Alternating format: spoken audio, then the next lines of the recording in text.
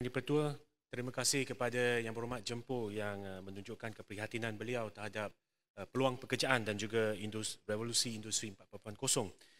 Tuan Yang Di-Pertua, kerajaan telah melakukan pelbagai usaha untuk meneroka bidang baru yang menjana pekerjaan dan kebanyakan usaha tersebut adalah seperti yang terkandung dalam Belanjawan 2021. Memandangkan YB Jempol menyebut kosong, jadi saya akan beri lebih penekanan kepada IR 4.0.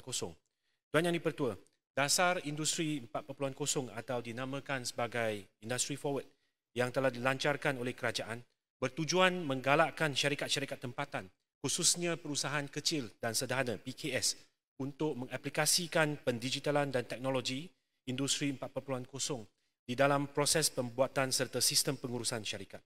Dan peralihan kepada industri 4.0 akan meningkatkan permintaan terhadap kumpulan sumber tenaga berkemahiran tinggi yang berteraskan teknologi industri 4.0 di mana ia akan mewujudkan peluang pekerjaan kepada rakyat tempatan. Ini seterusnya akan mengurangkan kebergantungan industri terhadap bidang pekerjaan berkemahiran rendah yang kebanyakannya terdiri daripada tenaga buruh asing. Di samping meningkatkan produktiviti, kecekapan kos, pengukuhan keupayaan inovasi dan pembangunan teknologi tempatan, dasar ini juga menyediakan kerangka ke arah menyediakan tenaga mahir bagi pekerjaan-pekerjaan yang diwujudkan. Dan dalam konteks ini, kerajaan telah melaksanakan pelbagai usaha melalui program dan inisiatif berikut. Pertama, penubuhan Jawatan Kuasa Teknikal Kerja Industry Forward ataupun TWGS telah ditubuhkan di bawah dasar tersebut yang diletakkan di bawah seliaan Kementerian Sumber Manusia dan Kementerian Pengajian Tinggi untuk melaksanakan inisiatif bagi memperkukuhkan tenaga mahir sedia ada dan menghasilkan bakat baru untuk masa hadapan. Dan sejak tahun 2019, MITI dengan kerjasama pelbagai kementerian telah berjaya melaksanakan program latihan Industri 4.0 yang memanfaatkan seramai 7,301 tenaga kerja dan tenaga pengajar dalam bidang Industri 4.0. Dan dua program khusus juga telah diperkenalkan untuk PKS iaitu Readiness Assessment RA dan Industry Forward Intervention Fund Dana Intervensi untuk membantu PKS dalam transformasi IR.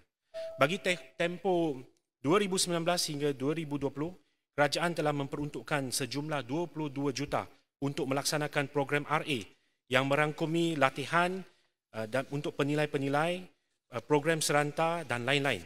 Dan MITI juga telah mencapai sasaran dalam pelaksanaan program RA bagi tahun 2019 di mana sebanyak 508 syarikat PKS telah menyertai program ini. Manakala bagi tahun 2020, kerajaan mensasarkan 373 syarikat PKS dan setakat ini sebanyak 808 PKS telah dipilih menjalani program RA.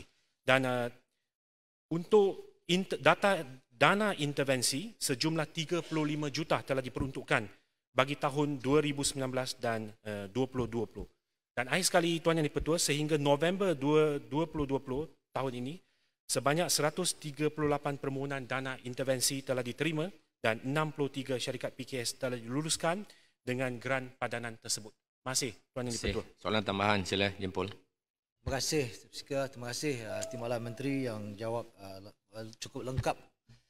Cuma daripada hasil kajian oleh McKinsey Global Institute pada awal tahun lalu mendapati bahawa revolusi industri 4.0 menyebabkan sekitar 75 hingga 375 juta tenaga kerja di dunia akan digantikan oleh tenaga seperti robot, kecerdasan buatan menjelang 2030.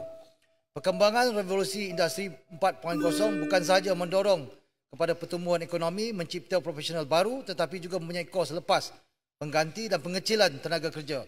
Berdasarkan rekod sistem insurans pekerja SIP bermula Januari sehingga 27 November tahun ini, seramai 99,906 orang telah hilang pekerjaan akibat penularan COVID-19. Soalan saya, apakah strategi kementerian untuk memastikan perkembangan revolusi industri 4.0 ini tidak mendatangkan kesan yang lebih buruk terhadap rakyat, negara dan tempoh krisis ini?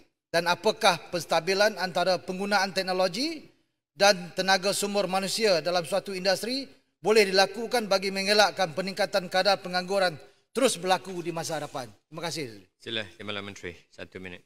Ya, Tuan Yang Dipertua, sebenarnya revolusi industri 4.0 seperti yang saya terangkan dalam jawapan tadi, walaupun industri 4.0 ini kita nampak ialah penggunaan teknologi yang kita kata teknologi yang canggih dalam industri perkilangan, perkhidmatan dan lain-lain.